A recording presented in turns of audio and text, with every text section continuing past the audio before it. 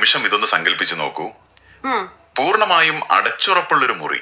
ആ, ഫർണിച്ചറുകളോ ആളുകളോ ഒന്നുമില്ലാത്ത ഒരു മുറി അല്ലേ? അതെ അതെ. ലൈറ്റുകളില്ല, ചുവരുകളിൽ ചിത്രങ്ങളില്ല. എന്തിന്, അതിലെ വായു പോലും നമ്മളൊരു പ്രത്യേക യന്ത്രം ഉപയോഗിച്ച് പൂർണ്ണമായും വലിച്ചെടുത്ത് പുറത്തു കളഞ്ഞു എന്ന് കരുതുക. ശരി. അതായത് അവിടെ തികഞ്ഞ ഒരു വാക്വം നമ്മൾ കൃത്രിമമായി സൃഷ്ടിച്ചിരിക്കുന്നു. ശബ്ദത്തിന് സഞ്ചരിക്കാൻ പോലും മീഡിയം ഇല്ലാത്തൊരവസ്ഥ. ഇപ്പോൾ ആ മുറിയിൽ എന്താണുള്ളതെന്ന് ചോദിച്ചാൽ ഒന്നുമില്ല എന്നായിരിക്കും നമ്മൾ എല്ലാവരും നൽകുന്ന ഉത്തരം, അല്ലേ? തീർച്ചയായും. നമ്മുടെ സാമാന്യ ബുദ്ധി നമ്മോട് പറയുന്നത് ആ മുറി പൂർണ്ണമായും ശൂന്യമാണ് എന്നാണ്. കൃത്യം.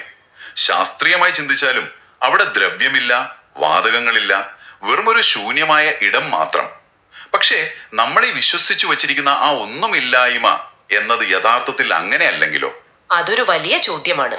അതെ, ആ അടച്ചുറപ്പുള്ള ശൂന്യമായ മുറിക്കുള്ളിൽ നമ്മൾ കാണുന്ന ആ ഒന്നുമില്ലായ്മ സത്യത്തിൽ ഈ പ്രപഞ്ചത്തിലെ തന്നെ ഏറ്റവും ശക്തമായ ഒരു സാന്നിധ്യമാണെങ്കിലോ? നമ്മൾ യാഥാർത്ഥ്യത്തെ മനസ്സിലാക്കുന്ന രീതിയെ തന്നെ അപ്പാടെ മാറ്റിമറിക്കുന്ന ഒരു ചിന്തയാണിത്. ഈ ഒരു വിഷയത്തിലേക്കാണ് നമ്മുടെ ഇന്നത്തെ ഈ ഡീപ് ഡൈവ് നിങ്ങളെ സ്വാഗതം ചെയ്യുന്നത്. ശരിക്കും പറഞ്ഞാൽ നമ്മുടെ കണ്ണുകൾക്കും ഇന്ദ്രിയങ്ങൾക്കും മനസ്സിലാക്കാൻ കഴിയാത്തതെല്ലാം ഇല്ല എന്ന് വിശ്വസിക്കാനാണ് മനുഷ്യന്റെ തലച്ചോർ എപ്പോഴും ശ്രമിക്കുന്നത്. അത് ശരിയാണ്. കാരണം നമ്മൾ എപ്പോഴും ഭൗതികമായ, അതായത് സ്പർശിക്കാനോ കാണാനോ കഴിയുന്ന കാര്യങ്ങളെ അടിസ്ഥാനമാക്കിയാണല്ലോ ചുറ്റുപാടിനെ അളക്കുന്നത്. ഒരു മുറിയിൽ വായുവില്ലെങ്കിൽ അല്ലെങ്കിൽ പ്രകാശമില്ലെങ്കിൽ അവിടെ ശൂന്യതയാണെന്ന് നമ്മൾ ഉറപ്പിക്കുന്നു. ഈ ഒരു കാഴ്ചപ്പാടിനെയാണ് ഇന്ന് നമ്മൾ വിശകലനം ചെയ്യാൻ പോകുന്ന സ്രോതസ് പൂർണ്ണമായും ചോദ്യം ചെയ്യുന്നത്. അതെ, ആ ചോദ്യം ചെയ്യൽ തന്നെയാണ് ഈ വിഷയത്തെ ഇത്രത്തോളം കൗതുകകരമാക്കുന്നത്. ഇന്ന് നമ്മൾ പരിശോധിക്കുന്നത് സ്കൈയോഗ TV എന്ന പ്ലാറ്റ്ഫോമിൽ വന്ന പ്രശസ്തനായ വേദാതിരി മഹർഷിയുടെ ചിന്തകളെ അടിസ്ഥാനമാക്കിയുള്ള ഒരു വീഡിയോയിലെ വിവരങ്ങളാണ്. വളരെ ഇൻട്രസ്റ്റിംഗ് ആയ ഒരു ദർശനമാണത്. അതെ, ഈ സ്രോതസ് ശുദ്ധവെളി അഥവാ ശുദ്ധമായ ശൂന്യാകാശം എന്നൊരു സങ്കല്പത്തെ വളരെ വിശദമായി തന്നെ അവതരിപ്പിക്കുന്നുണ്ട്. ഈ പ്രപഞ്ചം എങ്ങനെ നിലനിൽക്കുന്നു, നക്ഷത്രങ്ങളും ഗ്രഹങ്ങളും തൊട്ട് നമ്മുടെ ശരീരത്തിലെ ഓരോ കോശങ്ങളും വരെ എങ്ങനെ പരസ്പരം ബന്ധപ്പെട്ടിരിക്കുന്നു എന്നൊക്കെ പറയുന്ന തികച്ചും വ്യത്യസ്തമായ ഒരു വ്യൂ പോയിന്റ് ആണിത്. ആ ഒരു ആശയത്തിന്റെ ആഴങ്ങളിലേക്ക് പോകുമ്പോഴാണ് നമ്മുടെ ധാരണകൾ എത്ര ചെറുതാണെന്ന് നമുക്ക് മനസ്സിലാകുക. തീർച്ചയായും. അപ്പോ നമുക്ക് ആദ്യമായി ഈ ശൂന്യത എന്ന മിഥ്യാധാരണയെ കുറിച്ച് തന്നെ സംസാരിക്കാം. നമ്മൾ രാത്രി ആകാശത്തേക്ക് നോക്കുമ്പോൾ നക്ഷത്രങ്ങൾക്കിടയിലുള്ള വിശാലമായ ഇരുട്ടിനെ വെറുമൊരു ശൂന്യതയായിട്ടാണ് കാണാറ്. എന്നാൽ ഈ സ്രോതസ്സിൽ അതിനെ വിശേഷിപ്പിച്ചിരിക്കുന്ന വാക്ക് എന്നെ ശരിക്കും അത്ഭുതപ്പെടുത്തി. അതിനെ ഒരു അത്യധികം സുതാര്യമായ, ദൈവികവും അതിശക്തവുമായ ദ്രാവകം എന്നാണ് വിളിക്കുന്നത്. അതായത് highly transparent divine mighty fluid. ആ പ്രയോഗം കേൾക്കുമ്പോൾ തന്നെ ഒരു വൈരുദ്ധ്യം തോന്നാം, അല്ലേ? അതെ, നമ്മൾ ഒന്നുമില്ല എന്ന് കരുതുന്ന ഒരിടത്തെ എങ്ങനെയാണ് അതിശക്തമായ ദ്രാവകം എന്ന് വിളിക്കാൻ കഴിയുക? അവിടെ ആ അത്യധികം സുതാര്യമായ, അതായത് ഹൈലി ട്രാൻസ്പെറന്റ് എന്ന പദപ്രയോഗമാണ് ഏറ്റവും പ്രധാനം. ഈ സ്രോതസ് മുന്നോട്ട് വയ്ക്കുന്ന പ്രധാന വാദം ഒരു വസ്തു കാണാൻ കഴിയാത്തത് കൊണ്ട് അതവിടെ ഇല്ല എന്നർത്ഥമില്ല എന്നാണ്. ഓ, അതായത് നമ്മുടെ കാഴ്ചയുടെ പരിമിതി. കൃത്യം. സുതാര്യത എന്ന ഭൗതികമായ അവസ്ഥയെ നമ്മൾ ശൂന്യതയുമായി കൂട്ടിക്കുഴയ്ക്കുകയാണ് ചെയ്യുന്നത്. നമ്മുടെ കണ്ണുകൾ പ്രകാശത്തെ തിരിച്ചറിയാൻ മാത്രം ഡിസൈൻ ചെയ്യപ്പെട്ട അവയവങ്ങളാണല്ലോ. അതെ അതെ, പ്രകാശം തട്ടി പ്രതിഫലിക്കുമ്പോൾ നമ്മൾ കാണുന്നു.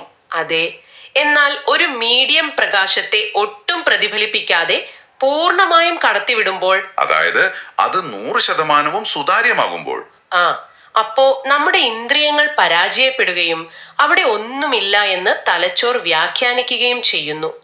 ഇത് പ്രപഞ്ചത്തിന്റെ ശൂന്യതയല്ല, മറിച്ച് നമ്മുടെ ജീവശാസ്ത്രപരമായ കാഴ്ചയുടെ പരിമിതി മാത്രമാണെന്നാണ് മഹർഷിയുടെ ചിന്തകൾ വ്യക്തമാക്കുന്നത്. ഇത് കേൾക്കുമ്പോൾ എനിക്ക് നമ്മുടെ നിത്യജീവിതത്തിൽ സംഭവിക്കുന്ന ഒരു കാര്യം ഓർമ്മ വരികയാണ്. നമ്മൾ ചില വലിയ ഷോപ്പിംഗ് മാളുകളിലോ മറ്റോ പോകുമ്പോൾ അവിടെ വളരെ വൃത്തിയാക്കി വെച്ചിരിക്കുന്ന വലിയ ഗ്ലാസ് ഡോറുകൾ ഉണ്ടാകും. സ്ലൈഡിംഗ് ഡോറുകളൊക്കെ നമ്മൾ ഇടിക്കുന്ന കാര്യമല്ലേ? അതെ, തികച്ചും സുതാര്യമായ ഒരു ചില്ല്. അതിലൂടെ നോക്കുമ്പോൾ അപ്പുറത്തുള്ള കാഴ്ചകൾ യാതൊരു തടസ്സവുമില്ലാതെ വളരെ വ്യക്തമായി കാണാം. പലപ്പോഴും നമ്മൾ അവിടെ ഒരു തടസ്സവുമില്ല എന്ന് കരുതി നേരെ നടന്നുപോയി ആ ഗ്ലാസിൽ ശക്തിയായി ഇടിക്കാറുണ്ട്.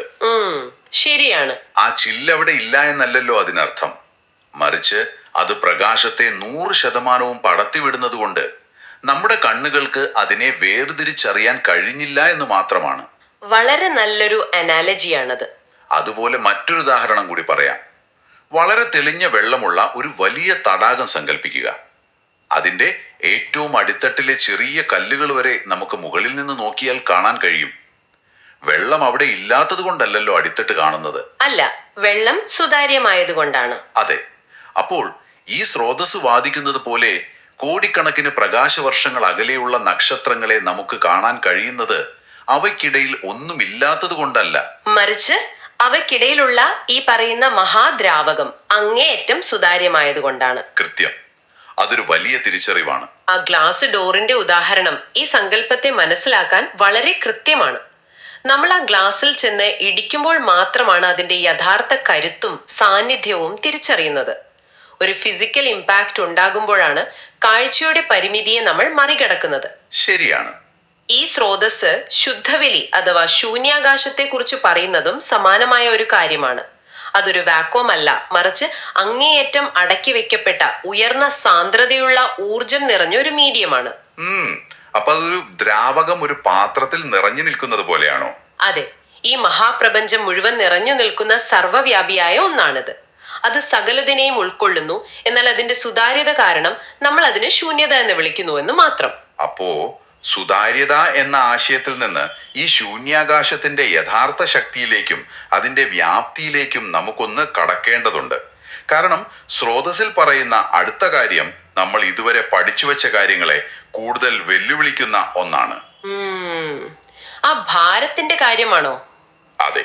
ഒരു ചെറിയ അണു മുതൽ കോടിക്കണക്കിന് ഗാലക്സികളും അണ്ഡകടാഹങ്ങളും വരെ നിലനിൽക്കുന്നത് ഈ പറയുന്ന അദൃശ്യമായ ശൂന്യാകാശത്തിലാണല്ലോ. നമ്മൾ ഭൂമിയുടെ ഭാരം ഒന്ന് ചിന്തിച്ചു നോക്കൂ. കോടിക്കണക്കിന് ടൺ ഭാരമുള്ള പർവ്വതങ്ങൾ, സമുദ്രങ്ങൾ, ഇനി ഈ ഭൂമി ഉൾപ്പെടുന്ന നമ്മുടെ സൗരയൂഥം, അതുപോലുള്ള ശതകോടിക്കണക്കിന് നക്ഷത്രങ്ങളുള്ള മിൽക്കി വേ ഗാലക്സി, ഇവയുടെ എല്ലാം കൂട്ടുചേർന്നുള്ള ഭാരം മനുഷ്യന്റെ തലച്ചോറിന് ഒരുപക്ഷെ കണക്കാക്കാൻ പോലും കഴിയില്ല. തീർച്ചയായും കഴിയില്ല. ഇത്രയും ഭീമമായ ഭാരമുള്ള ഈ ഗ്രഹങ്ങളും നക്ഷത്രങ്ങളുമെല്ലാം ഈ ശുദ്ധവെളിയിൽ യാതൊരു താങ്ങുമില്ലാതെ വളരെ ലഘുവായി ഒഴുകി നടക്കുകയും ഉരുളുകയും ചെയ്യുന്നു എന്നാണ് സ്രോതസ് വിശദീകരിക്കുന്നത്. അതെങ്ങനെ സാധിക്കും? ഈ പ്രപഞ്ചത്തിന്റെ ഭാരം എന്നത് കേവലം സംഖ്യകൾ കൊണ്ട് നിർവചിക്കാൻ കഴിയാത്ത ഒന്നാണ്. എന്നിട്ടും ഈ അതിഭീമമായ ഘടനകൾ യാതൊരു തടസ്സവുമില്ലാതെ ഒരു താളത്തിൽ സഞ്ചരിച്ചു കൊണ്ടിരിക്കുകയാണ്. ഭൗതിക ശാസ്ത്രത്തിൽ നമ്മൾ ഇതിനെ പലവിധ ബലങ്ങൾ, ഗ്രാവിറ്റി എന്നൊക്കെ ഉപയോഗിച്ച് വിശദീകരിക്കാൻ ശ്രമിക്കാറുണ്ട്. എന്നാൽ ഈ ഫിലോസോഫിക്കൽ സ്രോതസ് ചോദിക്കുന്ന അടിസ്ഥാനപരമായ ഒരു ചോദ്യമുണ്ട്. എന്തിന്റെ അടിസ്ഥാനത്തിലാണ്, അല്ലെങ്കിൽ ഏതു മാധ്യമത്തിലാണ് ഇത്രയും ഭാരമുള്ള വസ്തുക്കൾ ഇങ്ങനെ യാതൊരു പ്രയാസവും ഇല്ലാതെ ഒഴുകി നടക്കുന്നത്? ആ ചോദ്യത്തിനുള്ള ഉത്തരമായി ഈ സ്രോതസ്സിൽ നൽകിയിരിക്കുന്ന വളരെ രസകരവും എന്നാൽ സിമ്പിളുമായ ഒരു യുക്തി ഞാൻ ശ്രദ്ധിച്ചു. അത് ശരിക്കും എന്നെ ഇരുത്തി ചിന്തിപ്പിച്ചു. ഏത് യുക്തിയാണ്? ചോദ്യം ഇതാണ്: ഒരു വസ്തു മറ്റൊരു വസ്തുവിന്റെ മുകളിൽ കിടന്ന് ഒഴുകുകയാണെങ്കിൽ അതിൽ ഏതിനാണ് കൂടുതൽ ശക്തിയുള്ളത്? മുകളിൽ കിടക്കുന്ന വസ്തുവിനോ അതോ അതിനെ താങ്ങി നിർത്തുന്ന വസ്തുവിനോ? അതൊരു കിടിലൻ ചോദ്യമാണ്. അതെ, ഇതൊരു സാധാരണ ചോദ്യമായി തോന്നാമെങ്കിലും ഇതിന്റെ ഉള്ളിലെ അർത്ഥം വളരെ വലുതാണ്.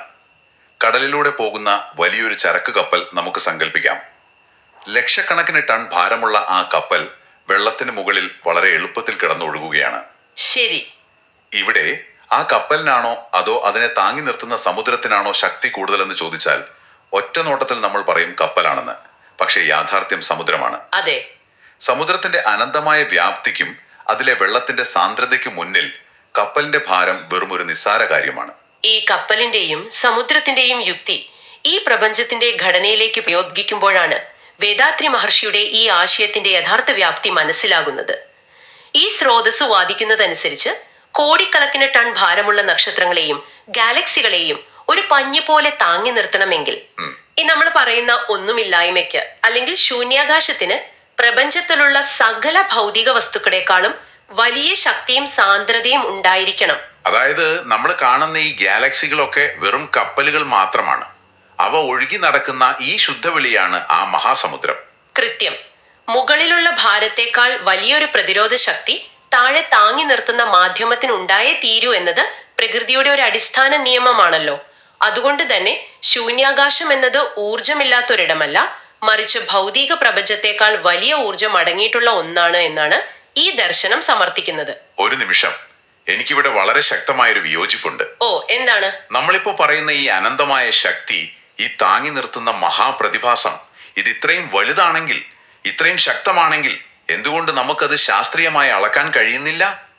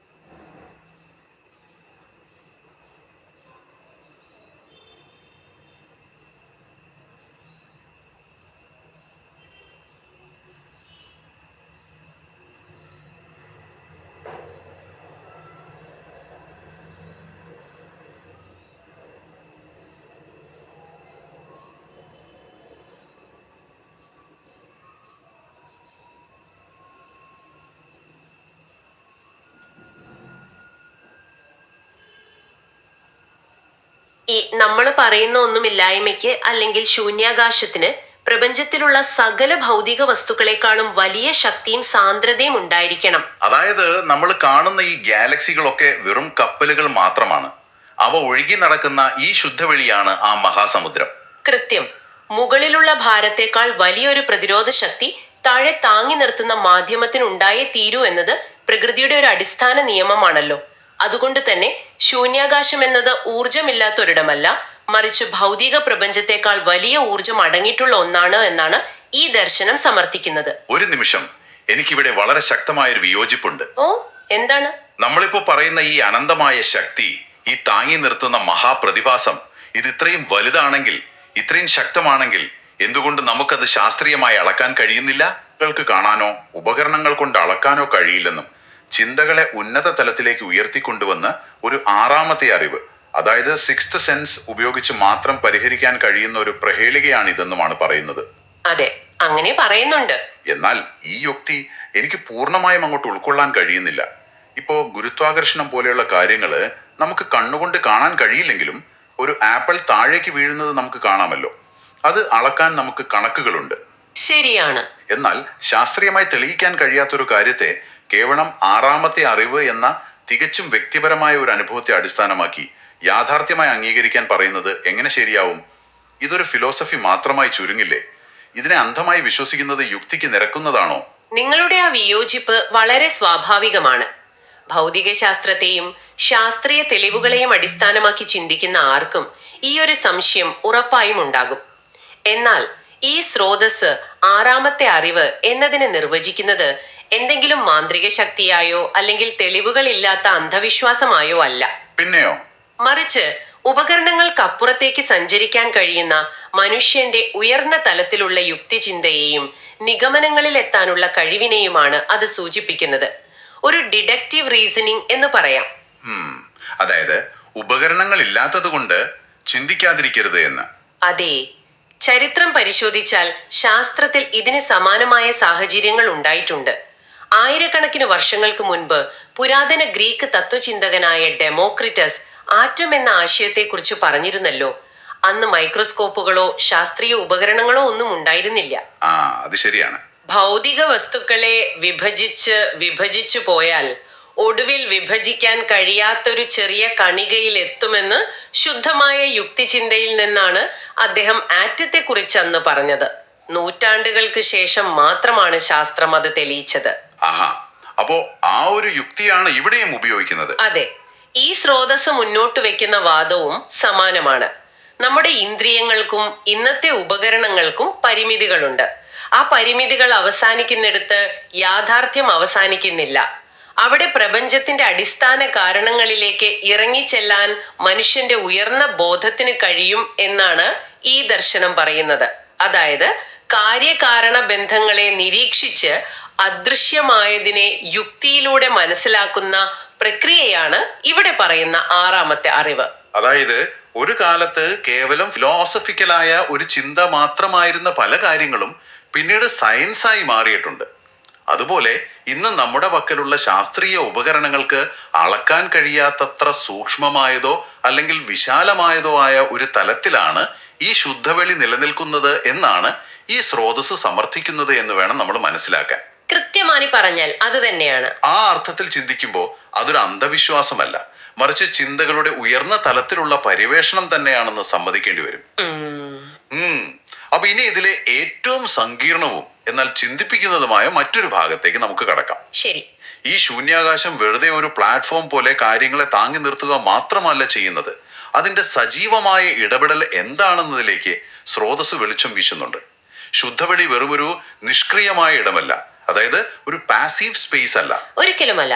അത് ഈ പ്രപഞ്ചത്തിലുള്ള ഓരോ അണുവിനെയും എല്ലാ വസ്തുക്കളെയും എപ്പോഴും ചുറ്റിപ്പറ്റി നിൽക്കുകയും അവയ്ക്ക് മേൽ നിരന്തരമായ ഒരു സമ്മർദ്ദം, ഒരു പ്രഷർ ചെലുത്തുകയും ചെയ്യുന്നുണ്ടെന്നാണ് പറയുന്നത്. ആ സമ്മർദ്ദമാണ് ഓരോ വസ്തുവിനെയും ചലിക്കുന്നതും വളർത്തുന്നതും ജീവിക്കാൻ സഹായിക്കുന്നതും ഒടുവിൽ ഇല്ലാതാക്കുന്നതും എന്ന് സ്രോതസ്സിൽ പറയുന്നു. എനിക്കിത് വായിച്ചപ്പോൾ ഭയങ്കര കൗതുകം തോന്നി. അതെങ്ങനെയാണ് ശൂന്യതയിൽ നിന്നുള്ള സമ്മർദ്ദത്തിന് ഒരു വസ്തുവിനെ ഇല്ലാതാക്കാനോ അല്ലെങ്കിൽ സൃഷ്ടിക്കാനോ കഴിയുക? ഈ പ്രക്രിയയ്ക്ക് പിന്നിലെ ആക്ച്വൽ യുക്തി എന്താണ്? ഈ സ്രോതസ്സിലെ ഏറ്റവും ആഴത്തിലുള്ള ഫിലോസഫിക്കൽ ആശയവും അതുതന്നെയാണ്. നമ്മൾ നേരത്തെ പറഞ്ഞ ആ അതിശക്തമായ ദ്രാവകം എന്ന സങ്കല്പത്തിലേക്ക് തന്നെ വീണ്ടും വരിക. ഈ ദ്രാവകം സർവ്വവ്യാപിയായതുകൊണ്ട് തന്നെ പ്രപഞ്ചത്തിലെ ഓരോ കണികയ്ക്കുമേലും അത് എല്ലാ വശങ്ങളിൽ നിന്നും ഒരേപോലെ സമ്മർദ്ദം ചെലുത്തുന്നുണ്ട്. നാലുപാടിൽ നിന്നും പ്രഷർ വരുന്നു. അതെ, ഈ ദർശനം അനുസരിച്ച് പ്രപഞ്ചത്തിലെ ഭൗതിക വസ്തുക്കൾ രൂപപ്പെടുന്നത് തന്നെ ഈ ശൂന്യാകാശത്തിന്റെ സമ്മർദ്ദം കാരണമാണ്. ഒരു ഊർജം അതിന്റെ കേന്ദ്രത്തിലേക്ക് ചുരുങ്ങുകയും ചുറ്റുമുള്ള ഈ മഹാദ്രാവകത്തിന്റെ സമ്മർദ്ദം അതിനെ ഒരുമിപ്പിച്ച് നിർത്തുകയും ചെയ്യുമ്പോഴാണ് അതൊരു ഭൗതിക വസ്തുവായി നിലനിൽക്കുന്നത്.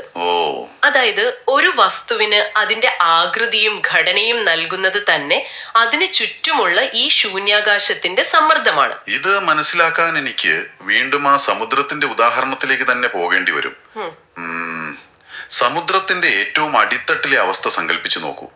അവിടെ അതിഭയങ്കരമായ ജലസമ്മർദ്ദമുണ്ട്. ശരിയാണ്. അവിടെ ജീവിക്കുന്ന ചില പ്രത്യേകതരം മത്സ്യങ്ങളുണ്ട്. ആ മത്സ്യങ്ങളെ സംബന്ധിച്ചിടത്തോളം ഈ വെള്ളം വെറുമൊരു ഒഴിഞ്ഞിലിടമല്ല. ആ ജലസമ്മർദ്ദം അവയെ ചുറ്റിപ്പറ്റി നിൽക്കുക മാത്രമല്ല ചെയ്യുന്നത്, മറിച്ച് അവയുടെ ശരീരത്തിന്റെ ആകൃതി നിലനിർത്തുന്നത് തന്നെ പുറത്തു നിന്നുള്ള ആ ഭീമമായ പ്രഷറാണ്. അതെ അതെ. ആ മത്സ്യത്തിന്റെ ശരീരത്തിനുള്ളിലെ മർദ്ദവും പുറത്തെ ജലസമ്മർദ്ദവും തമ്മിൽ കൃത്യമായ ഒരു ബാലൻസ് ഉണ്ട്.